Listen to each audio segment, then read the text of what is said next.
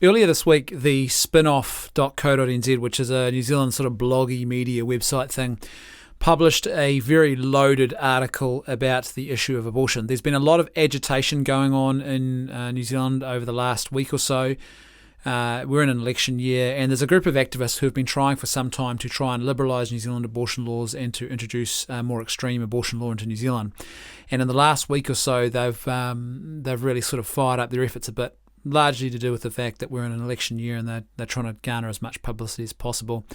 But as per usual with anything like this, there's also a lot of half-truths and misinformation that's flying around as well.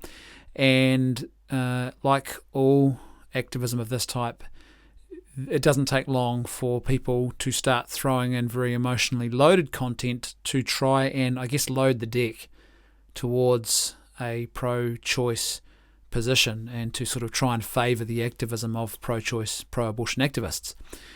And this story is a classic case of that. Now, I don't want to dwell on this and go into great detail about every little part of it. I ummed and ahed about how to do this, and initially that's what I thought I should do, but I think instead what I want to do is highlight what I think are several very glaring and troubling aspects of this story, which is titled, "To the Staff of Wellington Hospital's Te Mahoe Clinic, this is what you did for me when you gave me an abortion." And basically it's effectively an anonymous thank you letter, a real letter of gratitude to the abortionists, thanking them for ending the life of this family's unborn child, and really praising that decision and saying that was a really good thing, and it's going to be great for them, and it's made the future better for them. So I want to focus on a couple of aspects of this article, though. And the first thing I think we need to consider is the language that the author of this letter uses to describe her situation. Let me read to you one of the paragraphs, one of the very first paragraphs. "When I found out I was pregnant, I sobbed on the toilet. My husband came in and began to cry too. It was the worst feeling I've ever had. We did not want another baby. We did not want 3 tiny babies. I had just given birth. We hugged each other. I thought about committing suicide. The thought came to me straight away." And the article doesn't get clearer or more clear-headed from there, and the article doesn't become better from that point. It carries on in that same vein. Everything that this author describes about her abortion experience screams coercion. It screams a situation where someone is finding themselves so totally overwhelmed and without any proper support, particularly emotional support. And the same goes for her husband as well. I know what it's like. I've got 5 children of my own. I understand what it's like to be at your wit's end with young babies and how difficult that can get. And I know it can cause, on top of all the hormones and everything else flying around, it can cause real issues, and you really start to lose perspective. It's happened to me. It happened to my wife. We've experienced this. And it's really important in those moments that we have people around us who can help us, and we have people around us who can support us and can just pull us out of ourselves for a little bit to help us gain a little bit of mental perspective where we need it, and that they can remind us it's okay, it's going to be okay, this isn't the end of the world. At the moment things seem really bad and difficult, but trust me, this is all part of the human experience, and it's not as bad as you think. It's just simply the pressure that goes on you and the lack of sleep and everything else. It causes things to often, emotionally speaking, spiral out of control. And everything in this abortion story screams of someone who is emotionally out of control. And what I mean by that is that they are experiencing serious, and her husband, a serious emotional turmoil and psychological stress. And the decision to have her abortion, and even the abortion procedure itself, all of it and go and read it, it's in her own words. All of it explicitly states that she was being coerced emotionally into this decision by the circumstances that she found herself in. And this should have been ringing alarm bells straight away. The Spinoff has published this story as if it is some sort of glamorous article that gives great credence to abortion. The exact opposite is true if you read it in a balanced and dispassionate way. Because it is not a normal reaction for someone to say that the very first thing that came into my head when I heard about this was, I want to end my own life.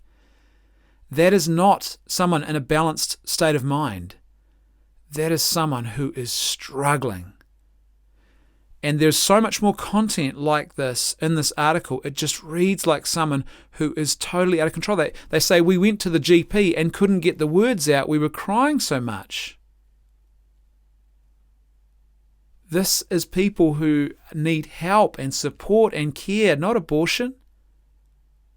And then as you proceed through the article, by the end of it, it really starts to read like someone who is almost made like a Faustian type bargain with what's gone on here, that they actually do instinctively know that there is a great tragedy that has come upon their family because of this abortion, but they are trying to sort of not justify it, but almost make sense of it. And it's almost like at one point it reads like she's made this deal, look, if this happens, I'll go and help other people. Not in the usual way that you would say, well, if you get me out of this, I'll spend the rest of my life helping people. But in the sense of someone who is in a state of desperation and who is trying to actually make sense of this whole abortion process and what the abortionists have done to her child by ending her child's life, that they have sort of said, well, if I go and help other people and dedicate myself to doing that, perhaps that will make up for the horrible reality of what this abortion clinic has done to my family. It doesn't read at all like a peaceful, stable, well-adjusted situation. This is trauma, and I would actually even argue there's a really good case to be made here that this was not proper informed consent. And that's a pretty serious allegation, I would say, to make. But you can read this article for yourself, and I think anyone who knows about informed consent who is going to be honest, regardless of their feelings about abortion, would surely have to agree that there's so much emotional trauma in this story. At key, important moments, decision-making moments, it's hard to see how you could have proper, free, informed consent being given here.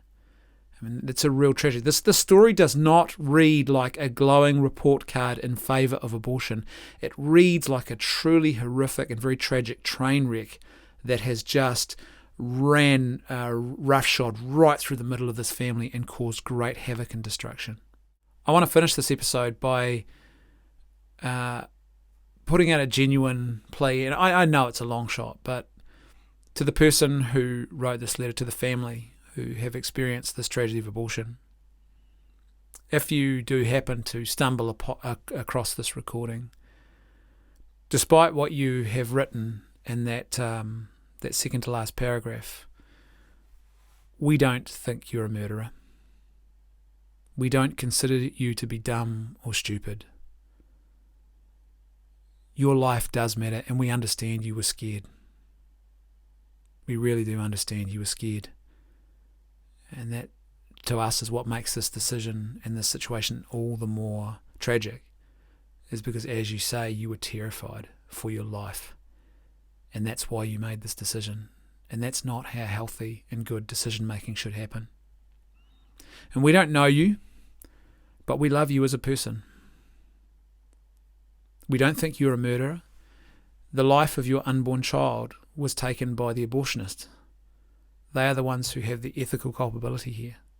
You were someone in a very difficult situation who was coerced because of everything you were facing and the lack of support that appears to have been shown to you.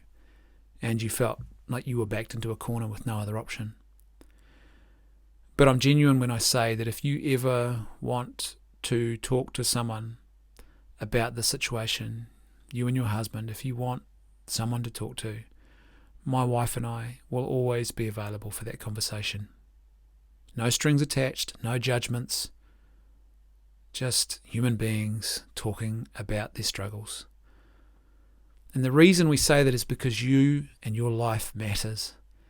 And the very reason that we are pro-life is because we believe with an absolute conviction that every single human life matters. Your life and the life of your unborn child, which was tragically taken from you by this abortion clinic. But if you ever want to talk and you ever want to just have that conversation, No obligations, no strings, no judgments, no nothing else.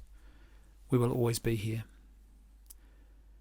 And we can also point you in the direction of some really, really good people who provide totally confidential counselling and help to women who are dealing with post-abortion grief, if that's ever something that you think that you would like to pursue as well.